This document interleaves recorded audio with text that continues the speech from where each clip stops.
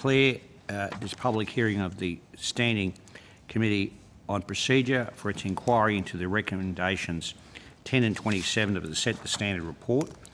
The hearing's being held here at Parliament House and by video conference.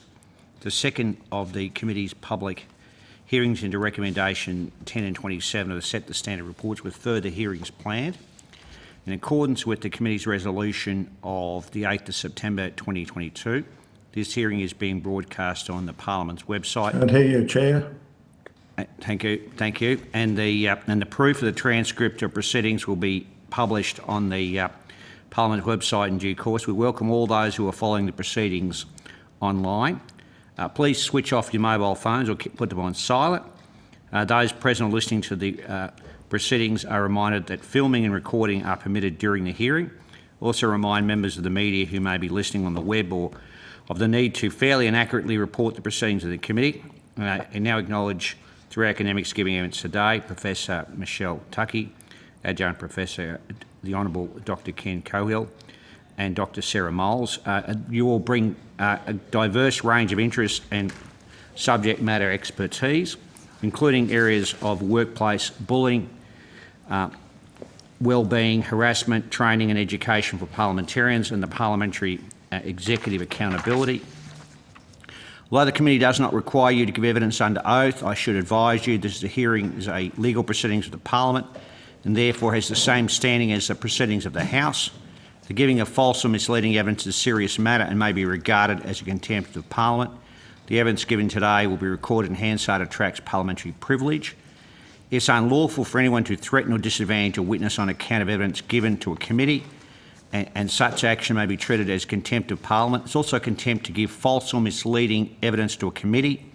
These are public proceedings, although the committee may agree to a request of evidence heard in camera or may determine that certain evidence should be heard in camera. If you object to answer a question, you should state the grounds on which the objection is taken. The committee will determine how to proceed. For the Hansard record, would each of you please state your full name and the capacity in which you appear before the committee? I'll start then. My name is Ken Cohill. I'm a member of the Accountability Roundtable and a director, one of the directors of the Accountability Roundtable. I'm also an adjunct professor at Swinburne University of Melbourne of Technology. Thank you. Sarah? My name is Sarah Moles. I'm a senior lecturer in law at the University of South Australia. Michelle? My name is Michelle Tuckey. I'm a professor of work and organisational psychology at the University of South Australia. And for the information of everyone who may be listening, and also for your information, I'm Shane Newman, the chair of the committee. I'm the federal member for Blair, a Labor MP in South East Queensland, and we might go around the room. We're expected to have a number of people also join us. We might go around the room and introduce everyone to you. Anne, if you go next. Hi, I'm Anne Stanley and I'm the federal member for Werriwa. Hi, I'm Karina Garland and I'm the federal member for Chisholm. Hi, I'm Michelle Anandraja, the member for Higgins. We're expecting the Deputy Chair, Ross Vastra, an LNP member from Queensland, to join us, and we've got a number of apologies. Would any of you please like to make a brief opening statement before we proceed to discussions and questioning? Don't be bashful. If someone wants to get in first, that's great. Michelle, you're shaking your head like no for you. Ken, are you interested in making an opening statement? We've got your... Yes, look, I'll just rely on the submission which I put in. Okay, that's fine. Sarah, are you interested in making an opening statement? No, I'll just contribute to the discussion, thank you. That's fine. I think we're just about to be joined by the Deputy Chair, Ross Vastra. Thank you very much. Thanks, we got away on time. So look, first up, thank you for appearing before us. There's really three aspects of this inquiry. And the last aspect is really the calendar and wellbeing and how the parliamentary sitting times. The first aspect is the use of language which is offensive, discriminatory, objectionable, sexist, and the other aspect is improving safety and respect in the parliamentary chambers. And I might just address the first one and we'll go around and ask questions of you. In terms of language, behaviour, practices in the parliamentary chamber that are sexist, exclusionary or discriminatory, is it your view that we should be more prescriptive in the standing orders of the House of Representatives about that? Should we be so prescriptive as to define those issues and those behaviours and words? Or should we, as some other people have suggested, we make it crystal clear that that sort of behaviour or words or language is objectionable and it's described as disorderly conduct? There's a few options I've given you here, if anyone would like to make a comment about that. Well, perhaps if I might start having... We might had start the with privilege Ken of and then sitting- Michelle. I've had the privilege of sitting in the chair in the Victorian Legislative Assembly, so I've got a little understanding of these issues. In my mind, the really important thing is a change in the culture rather than the words on bits of paper. And with that, I've got in mind that the Speaker or the President of the Senate, in that case, should set the tone in the rulings which are made and not necessarily wait for someone to take objection to words that are made, but in words that are issued, but in fact to themselves set the standard by the ways in which they pull up members for language which is unacceptable. Thank Ken. Michelle? Yeah, thank you. I really support what Ken says. I've done a lot of research, 17 years of research into workplace bullying. And one of the reasons why bullying policies fail to have an impact is because people are not really clear about what are the behaviours that constitute bullying. So there's a lot of grey area about what is and what isn't bullying. So I think greater clarity around the specific behaviours that fall into these categories is really important. As Ken said, it's actually the culture that needs to be changed. So very quick rulings, very prompt signals about that behaviour when it occurs is part of resetting the culture as it happens. So I think we need to have both of those elements in place. So are you, Ken, when you became the Speaker of your Legislative Assembly, was there any guidance given to you apart from, was there a manual or a, I don't want to say, I don't want to be flippant, but we often talk in layman's terms about a guide for dummies, if you know what I mean. But was there any guidance given to you in terms of this is a manual, this is what was useful apart from the standing orders and the practice? A toolbox. The Deputy Chair, Ross Vasta, suggested a toolbox, which is not a bad idea. Was there anything given to you? Look, what's really important in the Victorian Legislative Assembly is a book of the rulings of the Chair, which is periodically updated with rulings by chairs going back to the earliest days of the Parliament, and it's up to the Speaker as to whether to be guided by an earlier ruling or to make a fresh ruling which supersedes earlier rulings. That to me was really important. It was backed up, of course, by the clerks at the sitting in front of the Speaker's chair. The clerks, of course, are extremely knowledgeable and have a very good corporate memory, a corporate memory that goes back before the corporate memory of many of the members of the House. We might just go to Sarah and then we'll go to Ross. Okay, Sarah? I'd just add that I think any opportunity for co-design principles to be employed in the generation of any materials that you're using here would be really beneficial. So often many organisations that are looking to adhere to their anti-discrimination obligations, for example, have an approach of nothing about us without us.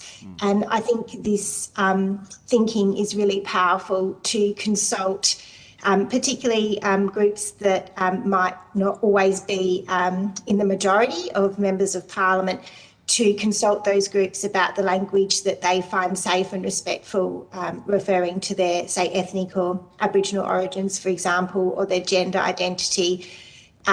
But I think maintaining review and flexibility of those things with ideally some community engagement can also help create a space that broader members of the public want to participate in. And my work on parliamentary public engagement has drawn those links too. We might go to Michelle and then go to Ross and Yes. go to other questions.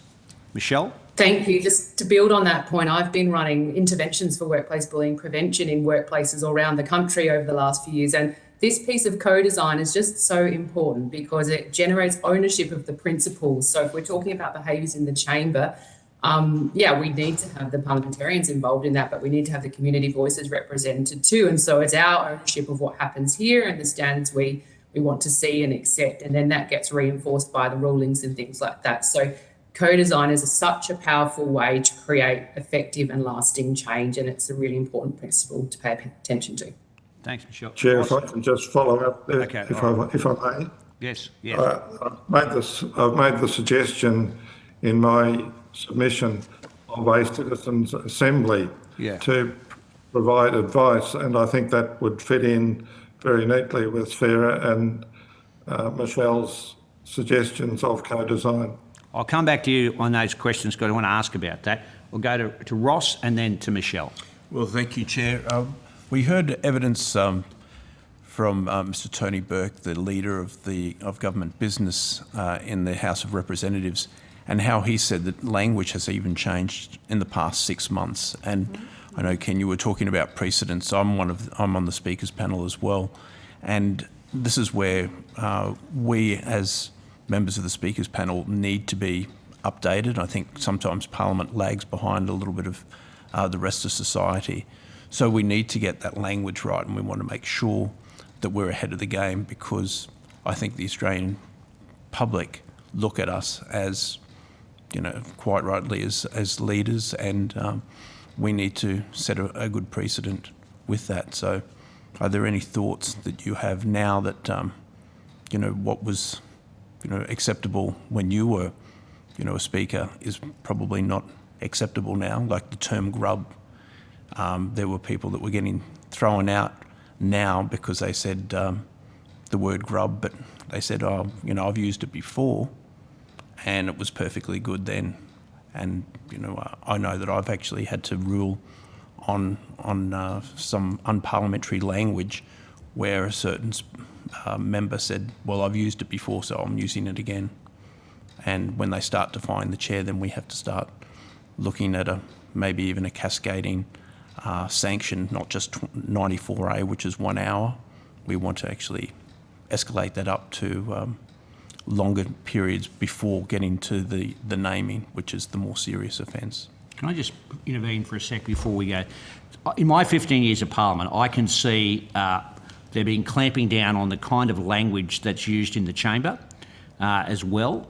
There are things that when I first got elected really confronted me as a lawyer, as a litigation lawyer. I wasn't used to people saying that sort of language. A magistrate or a judge wouldn't necessarily confront you in that way. So I was used to standing up in court. I get elected and then all of a sudden discover these people are shouting abuse at me, which is very, very, it's a robust chamber, we know, but it's interesting. But I have seen the clamping down by speakers and the change to back up what Ross has said in the last 15 years. I'll go to you, Ken, and then any comment from Sarah or Michelle, and then we'll go to the member for Higgins.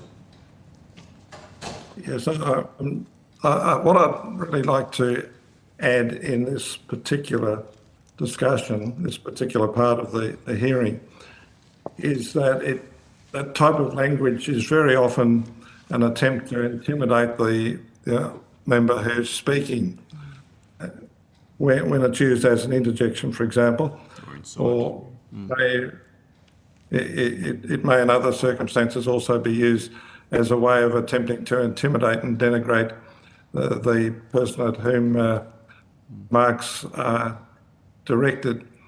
So in my mind, it's really important to look at what the intended effect of language is, in addition to particular words, because the words may change, but the intent of intimidating or denigrating your political opponent remains. We might get it Sarah and Michelle, and then over to the member for Higgins, Michelle. Yeah, so that's a really good point. Ken's spoken about the motivations, why this behaviour shows up. That's not enough for bad behaviour. So bad behaviour also needs to have low costs. So I really echo, sorry, I've forgotten who was mentioning it, the deputy Ross. chair there. Ross, thank you. Those sanctions are really important in the moment. So we need both those ingredients. There's got to be a reason or a motivation or a function that kind of language is serving. And then we also need to get rid of the low costs. So it needs to be more costly to use that kind of language, and that's one way of suppressing it. That's a really good way of putting it, the low cost. I think that's a really good point. Thank you for that. Sarah? I'd just add that in some of the studies I've looked at around the use of hybrid proceedings during COVID, some of the interesting findings were that because the sideline interjections were minimised through the use of slightly more formalised speaking opportunities through the hybrid model, many more people describe that as less confrontational, less evidence of the type of interjections that people have found objectionable in the past. And so I think it is worth thinking about how those comments are occurring, and if they're occurring around the edges rather than things that are always picked up by microphones, for example, and recorded in the Hansard. That is the type of thing that the community often comment on as being problematic as well. So I think sometimes reflecting on how we facilitate speaking in the chamber can also give us insights into what types of speech is problematic. Thanks. Okay. Michelle. Hi, everyone. I think, look, as a new member and someone who's not come from politics at all, I've actually found the culture in the parliament pretty collegiate, actually. And I think that this is a factor of two things. This is due to two factors. One, we have a lot of women in the House now, and we also have a lot of men and women who have come from non-political backgrounds, in other words, mainstream Australia. And so they bring those kinds of professional norms with them into Parliament. And I think that's made a huge difference. So what's happened in the past is not something I'm witnessing myself here, at least in the last 6 months. The chamber, I would say, is it's a contest of ideas. It's an arena, and it's politics, and there are the performative elements to it, for sure. What I would like to just unpack with you is two things. One, to separate language from behaviour. So we use terms like unparliamentary and disorderly, and these are fairly arcane terms. Most Australians would not understand what this means, whereas they do understand inappropriate, they do understand disrespectful, they do understand racist or sexist or homophobic. And without trying to be too prescriptive, as the chair mentioned, what are your thoughts on us being more specific in our language? Do you think it is more likely to shut down that kind of behaviour and send a signal out, rather than using these non-specific terms that most Australians don't understand? Michelle, Lucky. Yeah, I would agree. Clarity, enhancing clarity by language that's more contemporary, that more clearly points to the core issues. That's my instinct based on working in this sort of bullying field for many years, that would be helpful. Can you even explore that point that I think Michelle made really well about the behaviour and the language and the motivation and how that impacts people? Can you just ask that question in another way so I'm clear about... I think Michelle put it more eloquently and with greater clarity than me, but she made it the point that it's not necessarily, it's the behaviours behind it. Yeah, I think my observation now just stems back into the last few years. I have witnessed on TV as a non-politician behaviour which I think is not appropriate. For example, turning your back on a person who's talking, standing up in the chamber on their feet. I don't think that's appropriate, and I think most Australians would see that as being disrespectful, and yet we don't have any, the Speaker does not have any tools in the toolbox to call that sort of thing out. What are your thoughts on that?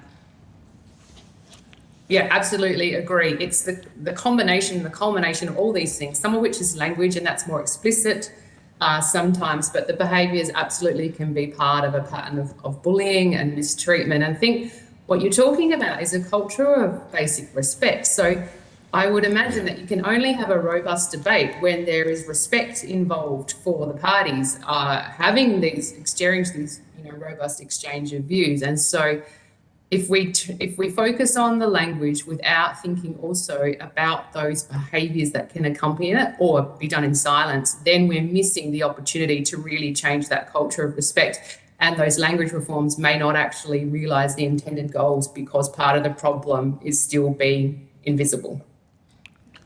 If I might just add, I would see the Speaker as having considerable opportunity and authority here, but of course it's important that initiatives taken by the Speaker, rulings made by the Speaker and what have you, are supported by the majority in the House. And normally that would be the case. It would be pretty extraordinary for it to be otherwise. So I would be encouraging any Speaker, any presiding officer to be courageous in taking these misbehaviours head on and ruling that they are not acceptable, taking appropriate action.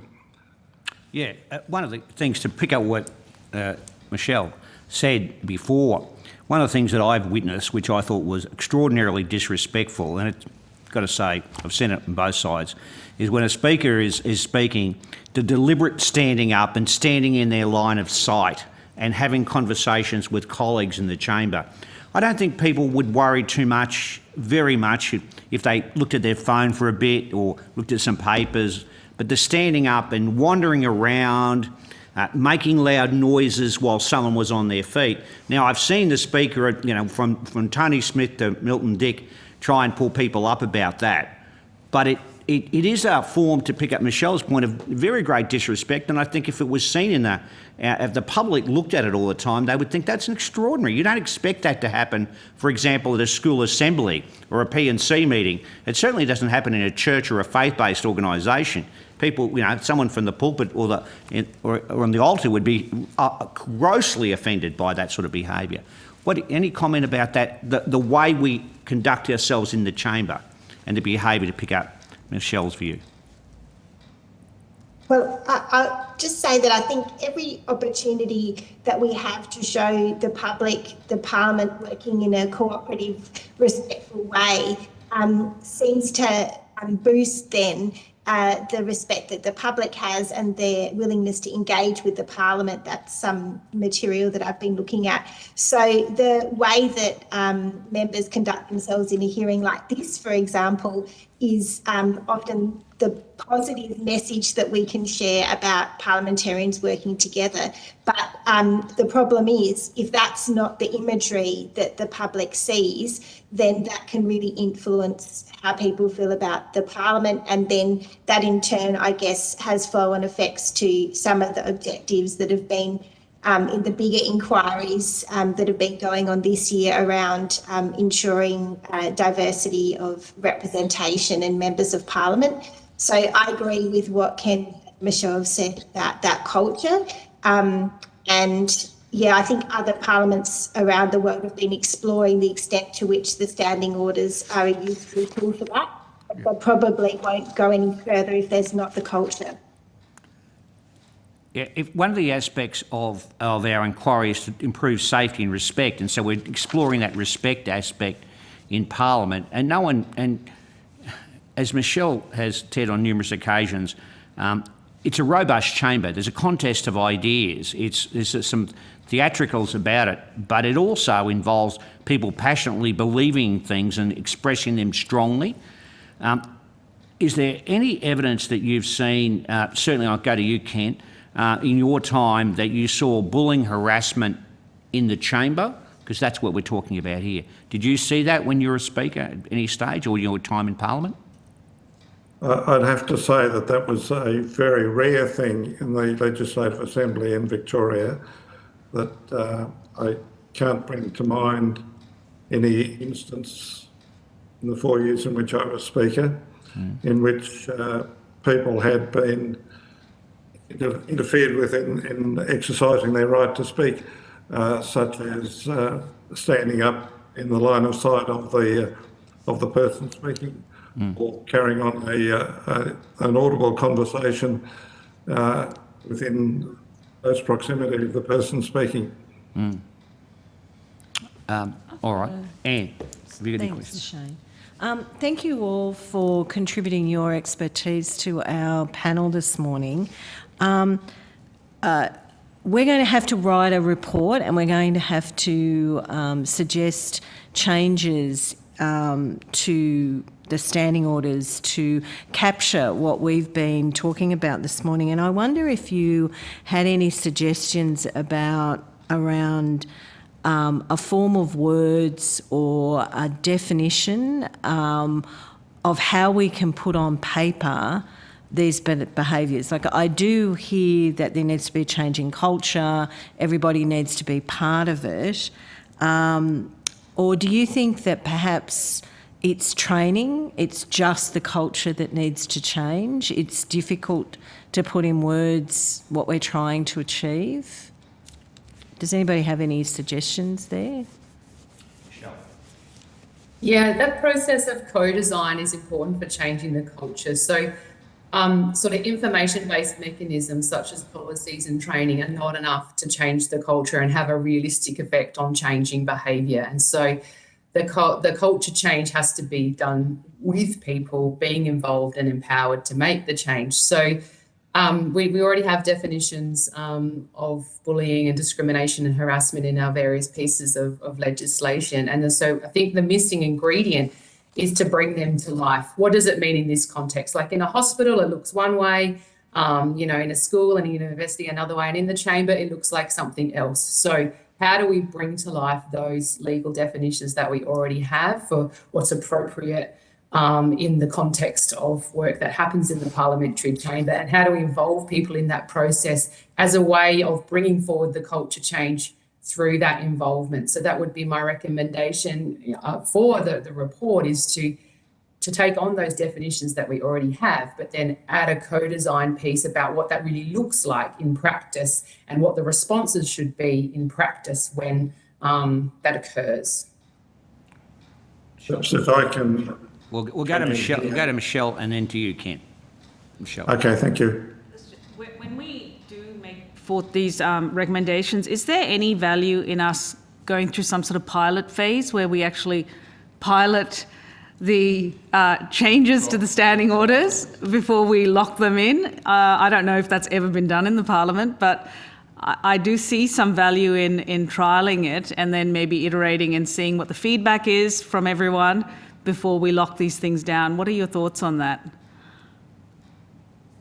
Yeah, a living co-design process is like co-design is iterative. So I think you've got a really good intuition there about let's try it and let's learn from it and let's evolve it and keep evaluating. I think that's a great principle that's well supported by the evidence. One way in which this type of thing is dealt with in Victoria is through the use of sessional orders. So this is a resolution of the House to adopt some certain rules which are supplementary to, or sometimes even depart from, the standing orders. So that's one way of responding to the point that Michelle has just made. Yeah. But can I bring in my other suggestion from my submission, absolutely, which is to have available to members of Parliament vignettes which explain the way in which particular behaviours are exemplary or unacceptable, and for these vignettes to be available on members' mobile phones as an app, and would be frequently made with examples of exemplary or unacceptable behaviour taken from real life, but perhaps not from the actual chamber itself.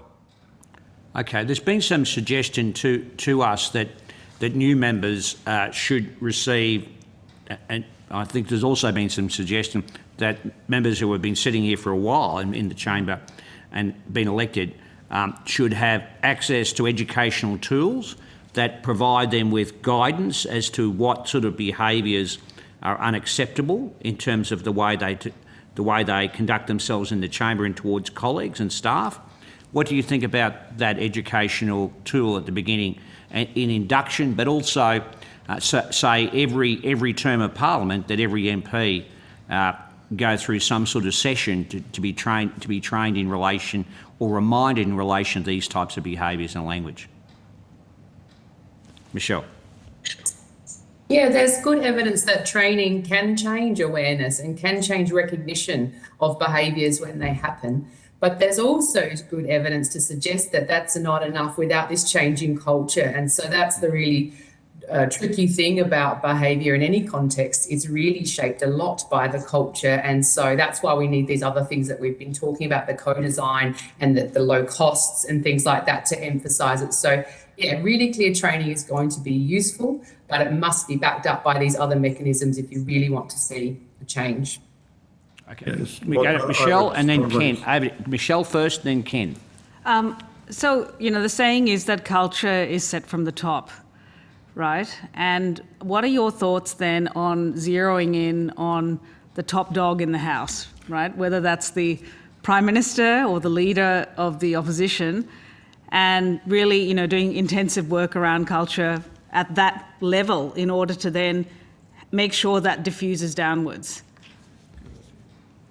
Sarah, I love it. Yep, you're exactly right. That's what all the research says. It starts with the very senior leaders, and we need to see change at that level, and that has a cascade and a trickle-down effect. And I wonder about the opportunity for more accountability at that level for, within a party for the behaviour of affiliated members of a party in the chamber too. So let's lift it up to be a systems issue rather than just an individual issue. Sorry, Sarah, if I jumped in front of you there. Yeah, Sarah and then Ken. Yeah, I was just going to agree with that. And I think when we look at other changes that have been effective in changing culture, say the way that the committees in Parliament operate is often through leadership and innovation and cultural change from the chair with the support of the Secretariat. And I'd just say that I think working with parliamentary staff and senior clerks is also very, very important here. And the standards that those parliamentary staff should be able to expect and are held to would be a good starting point. And I think a clear commitment to make sure that language is non-discriminatory, having regard to the laws that the House itself, both houses have considered and passed, could be a good way to, maintain some sense of what the minimum standard is while still having a dynamic and co-design approach to the detail. Yeah. Ken, over to you. Yes, well, I'll just come back, if I may, to the vignette model, which I've suggested. And it is a model which has been used successfully in public services, but I'm not aware of it having been used in parliaments. But it gives the opportunity for frequent reinforcement by the users of the vignettes of the standards which are to be expected of them and the standards which would be regarded as exemplary. So I think that there is considerable potential for that as a continuing professional development approach to the way in which members of Parliament behave themselves in the chamber and, for that matter, outside the chamber. Thanks. Can we go back now to your submission, Ken, where you alluded to it earlier, and that's where you recommended the formation, and I'll quote, of a citizens' assembly to provide advice on community standards of language and behaviour to the Speaker and the procedure committee. Ross and I have already, made the point in our experience in over 15 years of being in Parliament, how language that was used early on during our tenures in Parliament is now being declared as unparliamentary. You can't use it. And also the thing that really strikes me when I read the kind of language and use the things that Ross alluded to before, the word grub, for example, a lot of that comes from the top. I recognise that that's language used by very, very senior people in the cabinet and the shadow cabinet and leaders of the opposition and prime ministers. We saw it, for example, in the last parliament where the now deputy prime minister was called a Manchurian candidate, which is grossly offensive. Basically calling him traitorous and treasonous, and an appalling thing for someone to call him. And it was ruled out of order, of course, and the Prime Minister had to withdraw. But you have talked about the Citizens' Assembly, and I'd like you to explore that particular model. Well, a Citizens' Assembly would be a group of people who were demographically reflective of the general community and who were given considerable time, in other words, a number of weeks rather than hours, in which to examine a particular proposal or a particular provision and to advise the chamber whether or not that sort of behaviour or example should be repeated, should be disallowed, or in what other way it should be changed to reflect a community standard. And the purpose of the Assembly would be to represent community standards. So I hope that explanation helps the committee, but if not, I'm prepared to elaborate further. Sarah or Michelle, you would like to comment on Ken's idea before I go to the other Michelle who will ask questions? Who's got some questions. I think it's a fantastic idea, and citizens' juries have been used in other jurisdictions for a whole range of different topics, and particularly effective for things like this, if they're supported by facilitators and the right kind of information that clarifies exactly what the expectations are and who will be making the final decision about what's in and out, I think would be really effective. And I can imagine a scenario where you have support of, say, a group like the Australian Human Rights Commission that has set guidelines and standards in other workplaces to provide a supportive role in preparing materials for a group like this. Okay. Michelle? Yeah, I can really see the value of a group like that, and even in a more generative sense. So not like being part of generating what these behaviours should and could be, not just waiting to receive, information about what's already happened, but in a much more forward-looking sense. I think that's a wonderful idea to realise this co-design principle that we've been talking about. Yeah, Michelle. Question for Michelle. I have two questions. One just relating to the citizen juries. I guess I'm concerned that this could just end up being a bunch of elite voices that are not actually representative of the citizenry, which we know is incredibly diverse. That's one point. The second point is I came from medicine, and in hospitals we used to perform real-time audit of behaviour. So there would literally be someone lurking in the shadows watching us. Whether we washed our hands, for example, whether we used the alcohol rub before we saw patients, whether we put central lines in properly. So behaviour was constantly being audited and then fed back in order to improve in real time. With respect to question time in particular, is this something that we should be doing sporadically? Should we be auditing, someone else auditing what actually happens in question time? Because I often do wonder at the public galleries looking at us, what they are thinking of us down in this pit. Maybe the federal ICAC. No. The NAC. Okay, Sarah, do you want to comment on that? I'd just say that I think the more opportunity for members of the public in real time to provide feedback, the better. And with the advance of technology enabling people to do that, we've seen this around the world.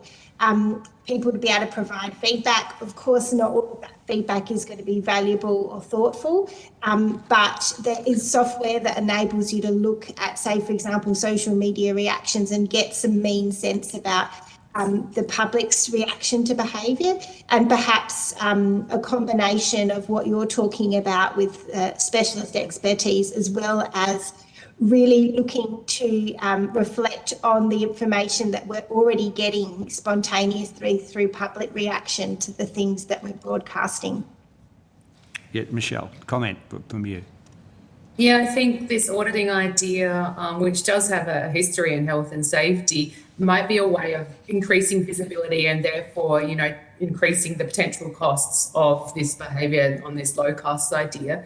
The other thing that comes from medicine too is a peer messengering approach. So if there's been some kind of unprofessional behaviour, say someone's yelled at someone in an operating theatre or something like that, that can be reported anonymously, and then they send a peer to have a conversation around, okay, this is what happened yesterday. Let's talk about that. Let's talk about the impact. And so there's an actual growth promoting feedback, not just punitive feedback, but actually feedback that helps people reflect on and bring awareness to their behaviour and its impact on others, and with an opportunity to change. And so that's well grounded in medicine too. And I wonder about the possibility of adding that to some kind of formalised audit.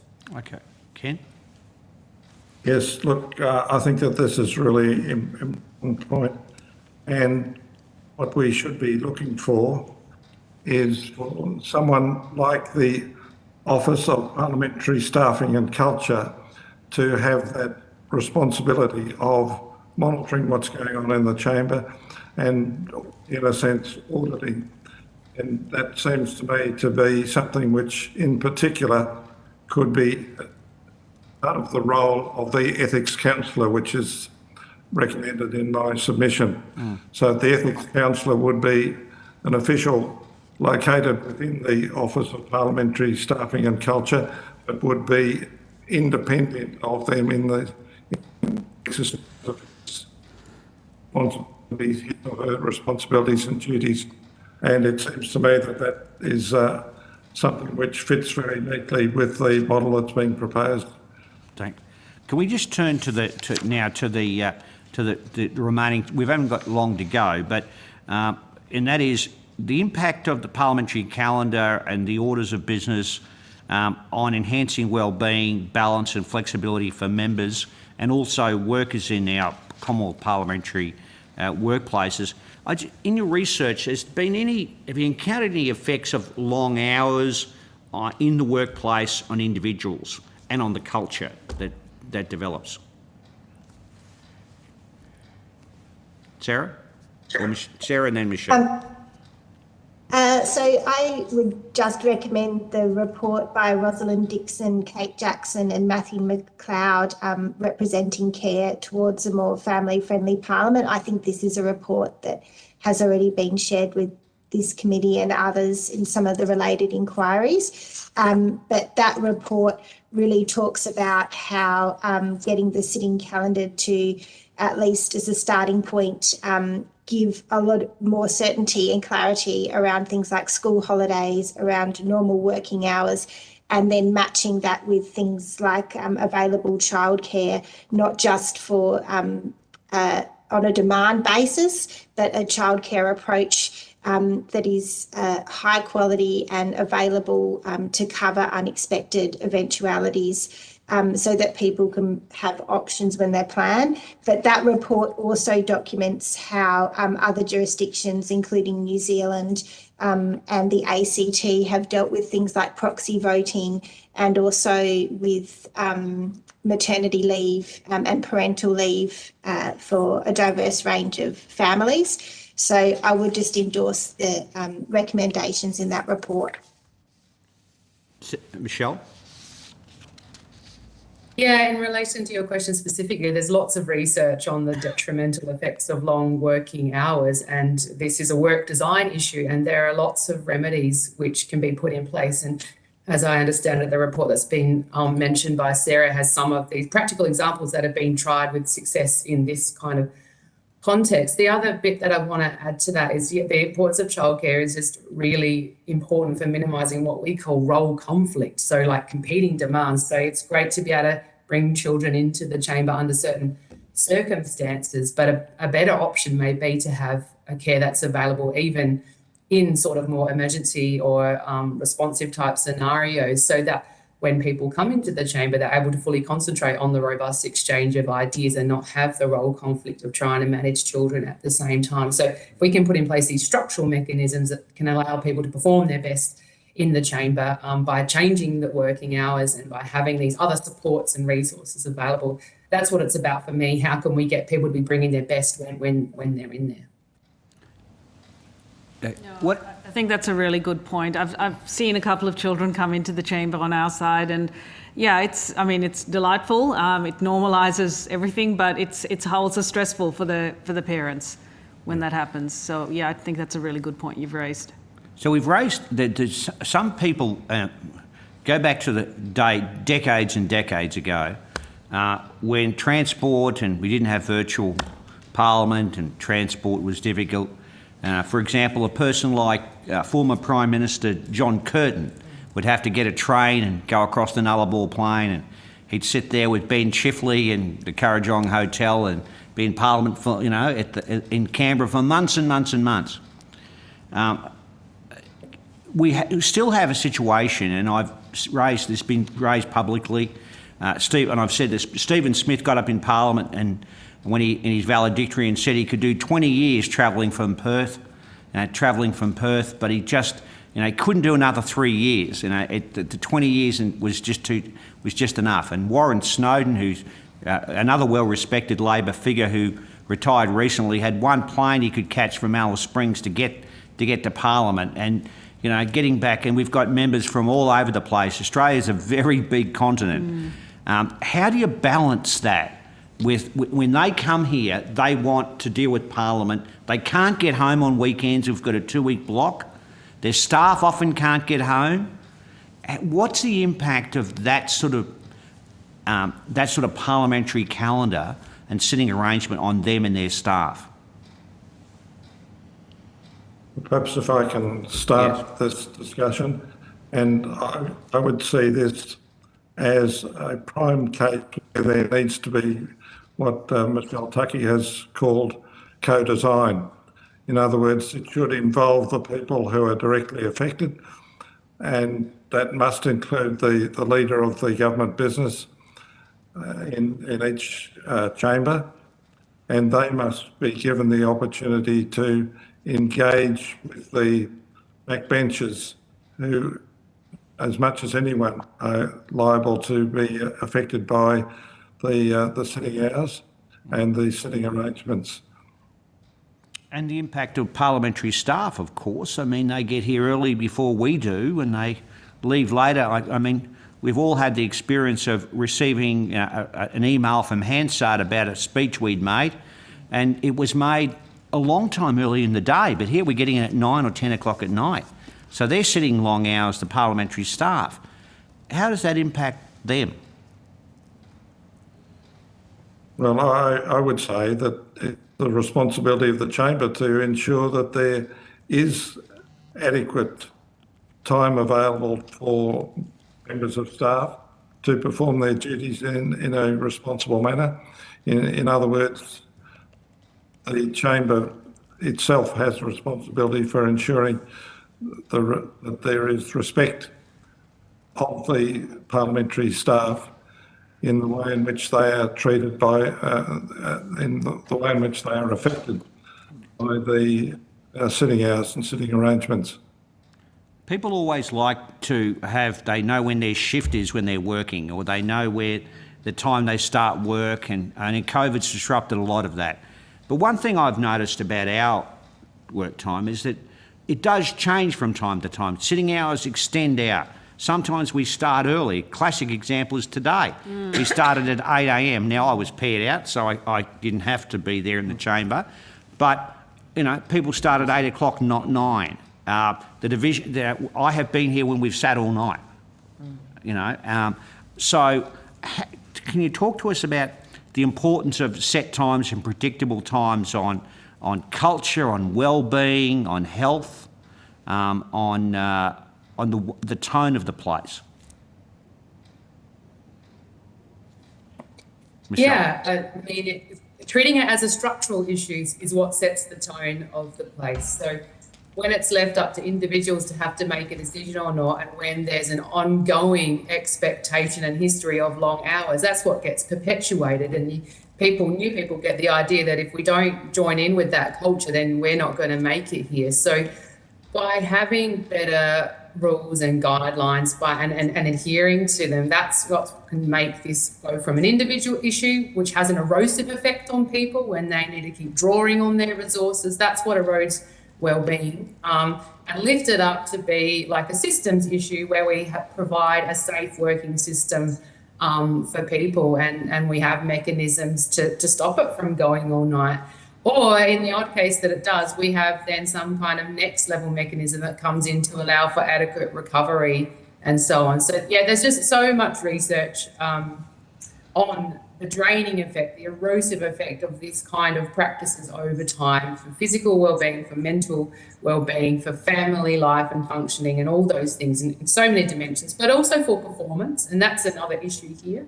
Well-being is important in its own right, but it undermines the quality of performance too. So I think my main point is to echo what Ken said, the chamber needs to take responsibility for what's happened for all its staff, members in the chamber, supporting staff, and make it a structural issue and make it a safe by design process. But people do know a lot about how to improve their workplace. They do know a lot about if you give them the right co-design opportunities, they can come up with solutions that are effective. So we may not have the answer right here in this meeting now, but through a proper consultation process, we can get to the answer by involving the people who are most affected. Can I just say that in Canada at the moment, there's an interesting experiment happening naturally, because their House of Commons is still enabling a hybrid sitting process while their Senate is not. And there's some discussion in a recent article about why that's the case, and a lot has to do with resources. But I think learning from other jurisdictions that have some similarities, of course, they'll be different with a different constitutional parameters than us. But in terms of geographical spread, there's some similarities there. And I think the report, the House Must Go On report from the committee here, that talks about those principles at the end that the House is always going to be responsible for in terms of facilitating debate, passing laws, those core principles. Within that, there are many different options for flexibility, and we know that it is likely that we will continue to see emergencies, unpredictable emergencies arise. And so I think for the Parliament more generally to continue to invest in reliable technologies and other innovations so that people become familiar with these. It gives both parliamentary staff and members more options, and so that there isn't this sense of crisis when the unexpected happens. Thanks very much. Any questions? Any other questions from members? Any final comments you'd like to make before we bring this to a close? Michelle. I think your question about culture was really well placed. Like the actions that are taken in regards to these things that affect well-being, like working hours and arrangements, like these behavioural norms, they all signal a culture of respect and a culture of valuing the people who are involved in the parliamentary processes. And that in itself, that safety signal can be really, really powerful. If these things are ignored and allowed to go on and not change, it sends the opposite signal that there's not that culture of respect and value and care. So proactively making these changes can have a really nice snowballing effect by paying attention to them, making meaningful changes, and that's really also contributing to a positive culture. Thanks. Any other final comments? Yes, look, we haven't really touched on the first of my recommendations, which is to emphasise Parliament's control over these matters rather than allow the executive to dominate the arrangements and the practices of the House. And to my mind, that's really important. And certainly in my time as Speaker in Victoria, I gained the impression that the Speaker in the presiding officers, both presiding officers in the Victorian Parliament and the respective chambers, had much more authority compared to the executive and resources available made available for members, for example, were matters which were dealt with by the House or the House Committee rather than matters which were dictated and even administered by government departments, by executive departments. So to my mind, what's really important is that your committee take the leading role and recommend that the chambers, each chamber, take a leading role in setting standards and making the necessary arrangements for greater respect in the way in which the House operates and treats both members and staff.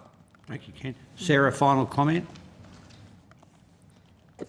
Just wanted to say thanks for the opportunity to be part of this roundtable discussion, and part of my research is focusing on parliamentary committees, and I think the model of a roundtable where witnesses are able to respond to each other's suggestions and interact with the members of the committee in the way that we've done today is in line with what my research is suggesting is a great practice for the committee. So I'm so grateful for the chance to experience it. Thank you.